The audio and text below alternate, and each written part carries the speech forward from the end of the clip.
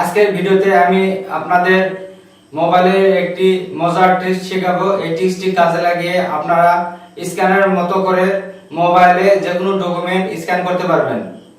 তো চলুন ট্রিকটি দেখে নেওয়া যায়। ভিডিওটি যদি ফেসবুক থেকে দেখে থাকেন, আরও নতুন ভিডিও দেখার জন্য আমাদের ফেসবুক পেজটি ফলো করুন। আর যদি ইউটিউব থেকে দেখে থাকেন তাহলে আমাদের ইউটিউব চ্যানেলটি সাবস্ক্রাইব করুন এবং পাশের বেল আইকনে ক্লিক করে অল করে দিন। আর যদি অলরেডি সাবস্ক্রাইব করে থাকেন তাহলে আপনাকে অসংখ্য ধন্যবাদ।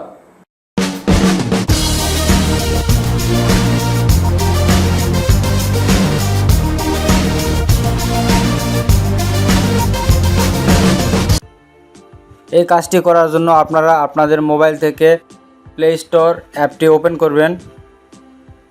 তারপর সার্চ বারে ক্যাম স্ক্যানার লিখে সার্চ করবেন।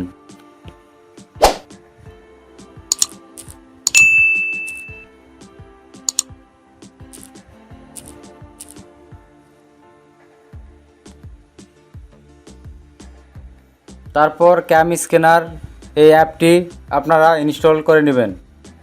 আপনার স্মার্টফোন ক্যামেরাকে যে কোনো ডকুমেন্টকে স্ক্যান করার ক্ষেত্রে ইউজ করতে পারেন। এটি করার জন্য আপনাকে গুগল প্লে স্টোর থেকে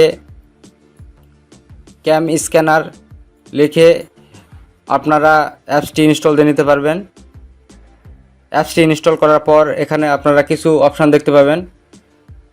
প্রথমে রয়েছে স্মার্ট স্ক্যান, তারপর রয়েছে PDF tools, input image, input files, ID card, to text, enhance, profited, all. তো আপনারা স্মার্ট স্ক্যান এখানে আপনারা ট্যাপ করবেন। করলে আপনার স্মার্টফোন ক্যামেরাটি ওপেন হবে। তারপর আপনার ডকুমেন্টটি ঠিকভাবে অ্যাডজাস্ট করে নেবেন। তারপর আপনারা এখানে জুম ইন জুম আউট করতে পারবেন। তারপর আপনারা ক্যামেরা আইকনে ট্যাপ করবেন।